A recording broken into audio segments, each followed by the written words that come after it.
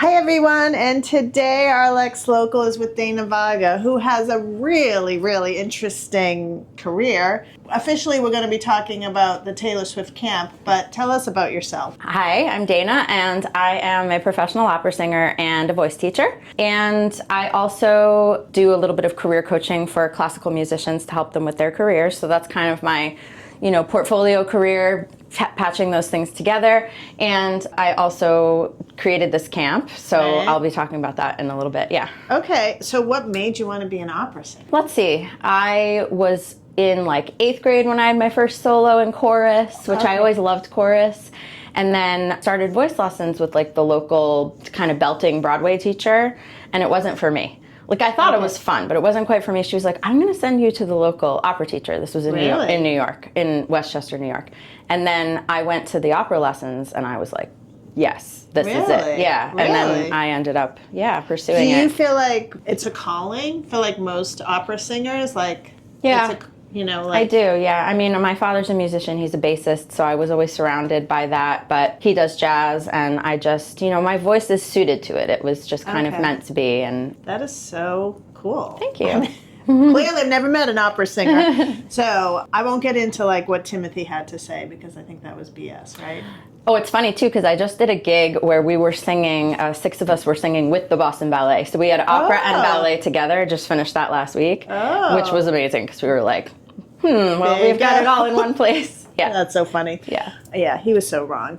Okay, so tell us about the camp. Yeah, so even though I'm an opera singer, I also really love pop and hip hop and all sorts of other genres. Sometimes people think we're like music snobs, but in my case, that's not true. And I'm a big Taylor Swift fan, as is my partner Sage. And so we had this idea for a while. For a while I thought, I'll start a camp for, singing. But we figured it would be more exciting to have it be themed. Right. And so, we started the Camp Swiftie last year. Okay. And it was a big hit. We had I'm sure. 3 weeks, I think 150 kids total. All girls except for my 2 boys. My boys came and they actually loved it. But yeah, and so Camp Swiftie is at Follen Church in Lexington. Oh, okay. Yeah, and we have a full day of really fun activities. So we do arts and crafts every day, dance class every day, voice class every day. We have lots of free play and recess and just kind of like friendship bracelet making and all that fun stuff. And then we have a flexible period each day where sometimes we have a yoga teacher come in.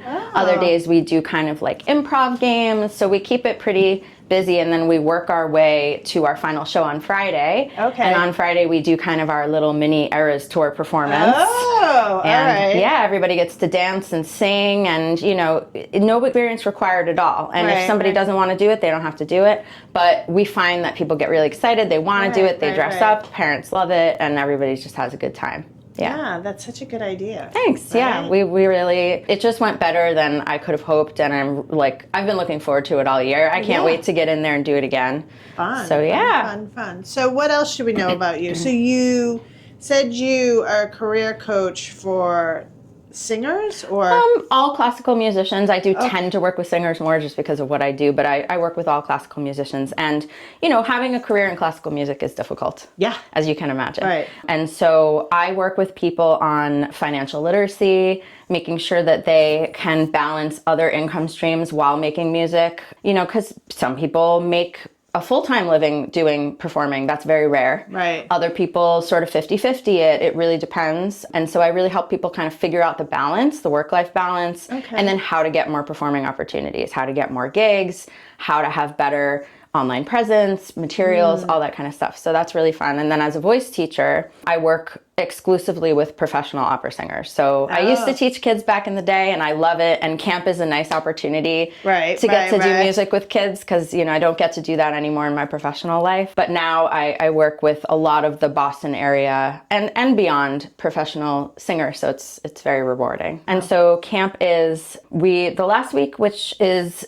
August 17th through 21, is sold out, because that's the really popular week. I think for obvious reasons, right? It's hard to find camps that week. But the July 6th through 10 is still open at the moment. That's got a bit of space. And then August 10 through 14 has some space. So today is April 6th or 7th, something like that. Yeah, so that's where we're at right now, and we're hoping to fill those last 2 weeks, and I'm sure we will, and, I'm and sure we're you gonna will. have It's a really Taylor good Swiftie, time. like, Yeah, camp. it's really so fun. I'm sure we'll put everything out there for how to get in touch, but is it just a website or is it? Yep. So it's through my business, The Empowered Musician, which kind of encapsulates everything I do. Okay. So it's theempoweredmusician.com/Camp Swiftie. We spell Swiftie Swiftie. Sometimes people put a Y, so just FYI. Okay. Yeah, we've got a website where you can find everything out, read testimonials from parents, see pictures, videos, all that kind of stuff. Okay. Oh yeah, so tell me that little tidbit that you mentioned, that opera singers do not use mics. Right, yeah. So classical singing is the only type of singing, generally speaking, that in performance doesn't use any amplification. There are a couple exceptions, like for example, if we're performing outside. Okay. In which case we have to be very careful not to get too close to the mic, because even the best microphone, we're going to overload it, it's going to freak out. So we learn, we train for years and years and years to figure out how to use our whole entire body and our whole entire instrument to make as much sound as possible without amplification. And so when you go to major opera houses like Metropolitan Opera, or here in Boston, our big company is Boston Lyric Opera, which I work with, they're wonderful. When you're in those big theaters, usually when you go see a musical or a play, everybody's on a mic. We use zero amplification. And so everything is just our own power. So yeah, it's kind of a whole body experience. Wow. Yeah. That is crazy. Right? Yeah. Crazy. So, yeah. I mean, those places are big.